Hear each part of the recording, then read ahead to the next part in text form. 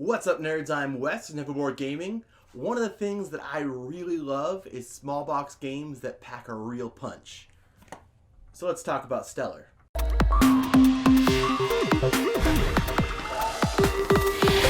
Stellar from Renegade Game Studios is a 1v1 strategy game where you're each playing as astronomers looking into the heavenly bodies and trying to find stars and planets and moons and asteroids and all kinds of awesome stuff and record them in your notebook. And thematically, that doesn't come through really at all. Like, the artwork is really, really pretty, but it's not like you feel like you're really an astronomer. How it works is you have your telescope, which is this pyramid of cards here with, again, really awesome artwork. And you are trying to fill up this space with these cards that are moons and planets and asteroids and all kinds of fun stuff. And there's essentially 5 suits in the game. There's blue, green, red, and there's names in the rulebook that honestly I don't remember at all.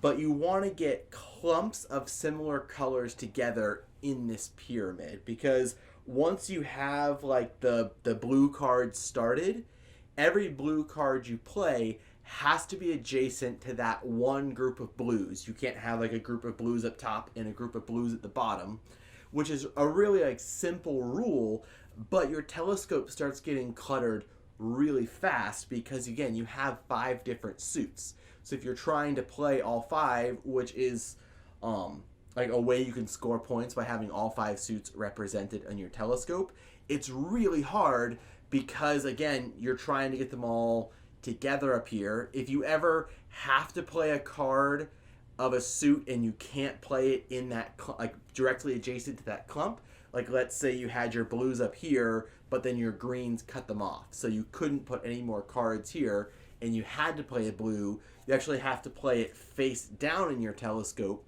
and then it's not worth as many points as it could be. Now, I mentioned you could score based on having all the suits represented here, but the telescopes really score in 2 different ways. They're divided into like zones, like this top section, the middle section, and the bottom section, and every card has a number on it, and you just add up the numbers in those sections, and you get points for those. That's pretty straightforward. But the other way that you score points is based on the suits. So you count up all of your green suits and all of your blue suits and all of your red suits, and instead of using the number on the card, there are actually little stars in the top corner, and you add up all of the stars that you have on the blue suits. But you don't just score those points, you multiply those by what's in your notebook. So the second section that you actually have underneath your telescope is going to be your notebook. And that's where you're trying to collect sets of cards of the same suit. So you play all your blue cards here and all your red cards here and all your yellow cards here. You're not as restricted to how you can play them. You can have, multiple blue 4s, but you're trying to get is straights. So like a 2, 3, 4 of blue. And now you can play cards that aren't in straights, and you could play a 1 now and then a 4 and then come back later and play a 2 and come back later and play the 3, and that's okay. That's still considered a full suit or a full straight towards the end of the game.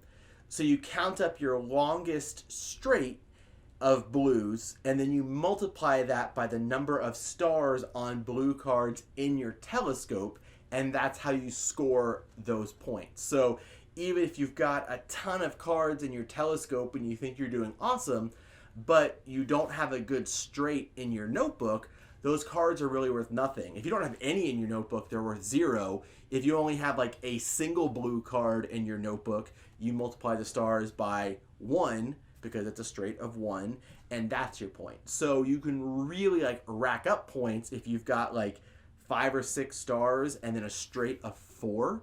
Like that's 20, 24 points. I know you're really impressed by my quick math.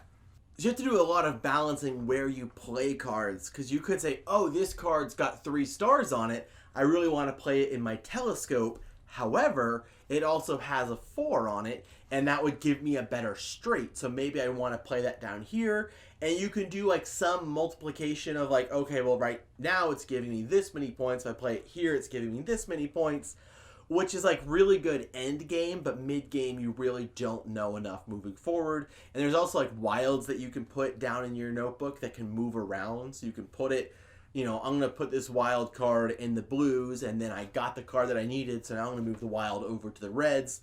It's nice that card can move around a lot, so it's almost always great to have in your notebook. So that sounds like a lot to keep track of, because you've got to play your cards up in your telescope and play your cards down in your notebook and figure out the multipliers. But that's not where the real, well, that is where the real strategy comes from. But there's like a whole nother level of strategy in terms of how you actually get the cards to play. So you always have a hand of 2 cards, and at the beginning of every turn, the first thing you do is you draw a card. And there are these 1, 2, 3, 4, 5 cards up here with 5 cards lined up, and you get to pick any of these 5 cards to add to your hand. So now you have a hand of 3, and then you pick and play any of those 3 cards. Now you're always playing 2 cards every turn. So the first one comes from that hand of 3 cards, but when you play it, you're going to look at the number on the card. Remember, there's a number that counts towards the straights, or if you're counting clumps. That number also matters for the second card that you play, because if I play a blue 3, the second card that I play has to be from the 3 pile in this lineup. This is the next card I have to play, and I have to play it in either my telescope or my notebook, and I can only play 1 card to the telescope each turn and 1 card to the notebook each turn. So you're really restricted, because you have to say, okay, I have this 1 card I'm going to play first into my notebook. It's a 3, which means I have to take this 3 and I have to put it into my notebook. Or if you played it to your notebook, you have to play it into your telescope. That creates like so many variables and so many possibilities of, this is the card I really want to play, but if I play it, I have to play that card. And I really don't want to play that card. I want to play that. I don't want the 3, I want the 5. But in order to play the 5, I have to play this kind of crappy card that I don't really want to play right now. And you really have to judge, like, which sacrifice am I willing to make? And every once in a while, like, the stars align. Get it? Because it's stars. Every once in a while, it just works out, and things, like, go great. And you're like, oh, this is perfect. Bam, bam, combos. I'm totally crushing this game. But more often than not, you've got some really difficult choices you have to make. And those choices are why I love this game. It's so thinky. Like, there's a lot of math, but it's not super complicated math. It's, you know, it's mostly multiplying by, like, you know, 5 times 4 if you're lucky. Typically, it's smaller numbers than that. But it's really strategizing and like looking at all your options and all the variables and everything that could happen and trying to plan ahead, and then your opponent takes the card that you wanted to take, so now you've got to rethink your entire strategy. You're really like, it behooves you to think a few moves ahead, because like, okay, I'm going to pick up this card now, but I'm going to play this next turn, so now I'm going to play this other card from my hand. And then next turn, you have to remember, like, this is the card that I drew to play on this turn, but does it still benefit me to play that card, or is there something better now? I just absolutely love it. I think it works great as a 2-player game, because there's really not a ton of downtime, even though you do have to take some time to think about your move. Because there's only one other person playing, you don't have to wait for, like, 3 people to take their turn. It's just back and forth, back and forth, back and forth.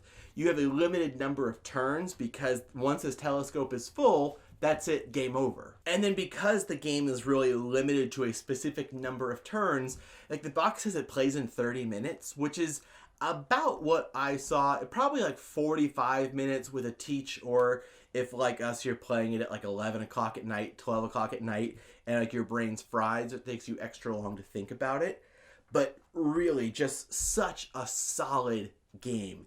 And I know I kind of knocked on the thematics earlier, because they really, like, it really doesn't come through at all. It's really an abstract game that they just threw some pretty artwork on. But it's really pretty artwork. Like, look at this awesome telescope. All of these cards have, like, really cool, vibrant, oversaturated pictures of celestial bodies. Just really love it. On a side note, it comes with a really nice score pad, which is so nice in these games where you've got like cards scoring in multiple ways, because it's really easy to keep track of where you are and not like miss a section like, oh, we forgot to score the cards in this way. It's a really minor thing, but I really appreciate it when games like this include a score pad.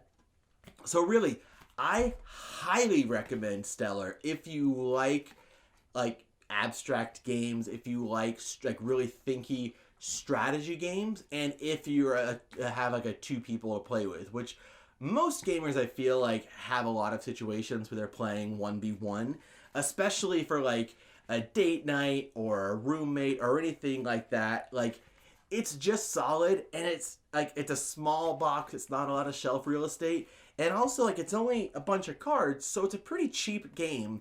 So I really don't like, unless you don't like thinky games, if you just want like hack and slash mini games, then like obviously it's not for you. But otherwise, like, definitely pick it up. If not, like, try it out. I think everyone should try this game because I love it. And if you get the chance, you should also try out a Game Topper. This really does elevate your gaming experience. We absolutely love ours. The playmats are super nice when you're playing card games because picking up all these cards is super easy on the mat if you're playing with like dice or anything. I'm not worried about waking the kids up with a dice clunking against the table or falling off the edge of the table because they've got this lip.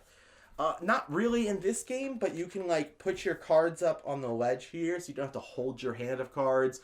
Really great if you're like snacking while you're playing games, or if you're just lazy and you want to look super cool. Game Toppers are awesome. Definitely recommend them. Definitely recommend this game. There will be a purchase link under the like button down below. Get yourself a copy. And while you're down there, make sure you subscribe to our channel so you'll never be bored.